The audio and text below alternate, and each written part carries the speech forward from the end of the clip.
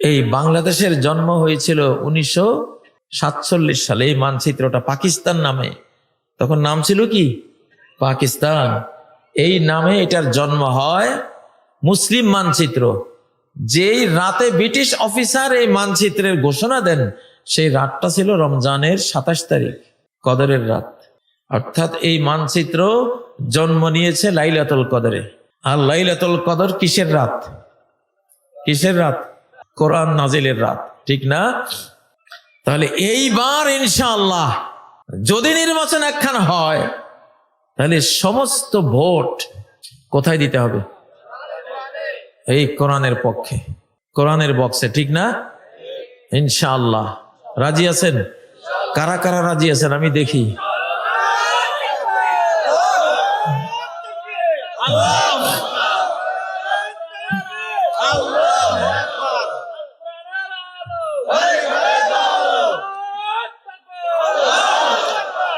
ও ভাইয়েরা, আমাদের শক্তি হলো ঈমান।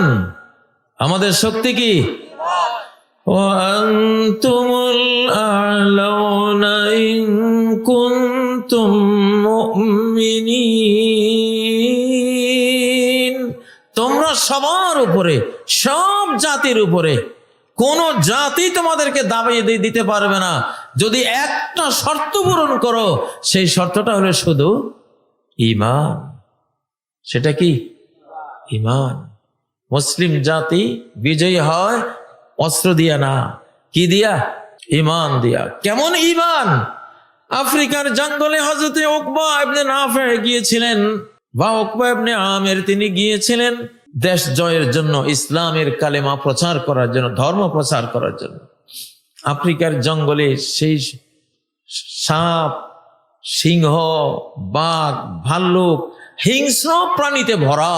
তখন ওই এলাকার জাতি যেগুলো ছিল, তারা বলল যে এই যে মুসলমানরা আমাদের বিরুদ্ধে যুদ্ধ করতে এসেছে, আমাদের যুদ্ধ করার লাগবে না, বন জঙ্গলের বাঘ সিংহরা এদেরকে খেয়ে শেষ করে দেবে। এক রাত্রে সিংহ, টাইগাররা এই যোদ্ধা মুসলমানগুলিকে খেয়ে সাবা করে ফেলবে। আগামীকাল ভোরে আমরা দেখব কিছুই নাই। এটা যখন মুসলমান সেনাপতি শুনলেন, তখন তিনি পাথরের উপরে দাঁড়িয়ে একটা ভাষণ দিলেন। হে বনের হিংস্র সিংহ, বনের বাঘ, ভাল্লুক, সাপ, বিচ্ছু, হিংস্র প্রাণীরা যারা আছো, আমরা আল্লাহর সৈনিক, আমরা এখানে এসেছি ধর্মযুদ্ধে, পবিত্র যুদ্ধে। তোমরা যারা এখানে আছো সবাই এই এলাকা ত্যাগ করে চলে যাও। আগামীকাল যদি তোমাদের কাউকে পাই, আর আমরা তোমাদের উপরে যখন ঝাঁপিয়ে পড়বো, সেজন্য তোমরা দায়ী থাকবা। এই ভাষণটা দিলেন বাঘ, সিংহ, ভাল্লুক, সাপ, বিচ্ছু এদেরকে উদ্দেশ্য করে। ইতিহাস লেখে, ভাষণ শুনে ওই মুহূর্তে দেখা গেল যত সাপ ছিল, বিচ্ছু ছিল, বাঘ, সিংহ, ভাল্লুকের দল, হিংস্র যত প্রাণী, বন জঙ্গল উজা করে সব পালাচ্ছে। দেখতে দেখতে হিংস্র সকল প্রাণী এক ইমানদারের আলোকিত মুমিনের সেই আলোকিত ভাষা আল্লাহ হিংস্র প্রাণীদেরকে বুঝিয়ে দিয়েছেন, সব চলে গেছে। এইরকম ঈমান লাগবে ইনশাআল্লাহ। শাহজালালের মতো ঈমান লাগবে। আল্লাহু আকবার এক তাকবীর দিয়েছিলেন।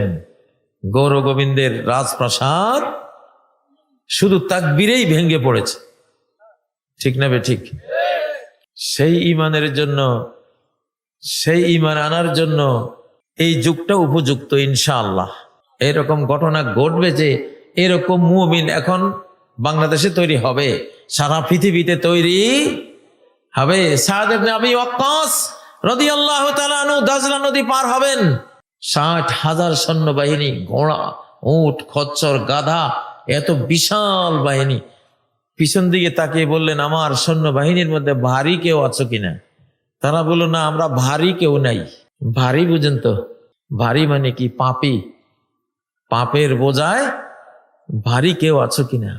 60,000 সৈন্য উত্তর দিল, আমরা কেউ ভারী নাই। বললেন, তাহলে ডুববা না কেউ, ঝাঁপাই পড়ো, এই প্রমত্তা দেজলা নদীর স্রোতের উপরে ঝাঁপাই পড়ো। আল্লাহু আকবার। ঝাঁপ দিলেন। ইতিহাস লেখে, যেখানে উট সাঁতরাতে সাঁতরাতে ক্লান্ত হয়ে গেছে, ঘোড়া ক্লান্ত হয়ে গেছে, খচ্চর গাধা ক্লান্ত হয়ে গেছে, নদীর নিচ থেকে মাটি উঠে তলাটা ভেসে উপরে উঠে তাদেরকে নিজের উপরে দাঁড় করিয়ে দিয়েছে। পৃথিবীর সবকিছুই মৌলবাদী, মুসলমান সবকিছুই কি আল্লাহকে চেনে, আল্লাহকে মানে, সাগরও আল্লাহকে চেনে মানে, নদী আল্লাহকে চেনে মানে। এই জন্য তো নদী ফেরাউনকেও চিনেছে, হযরত মূসা আলাইহিস সালামকেও চিনতে পেরেছে। ঠিক না বে ঠিক? এরকম ঘটনা এখন ঘটবে পৃথিবীতে, এমন অলৌকিক সব ঘটনা দিয়ে আল্লাহ আপনাদেরকে সাহায্য করবেন, মুমিনদেরকে সাহায্য করবেন ইনশাআল্লাহ।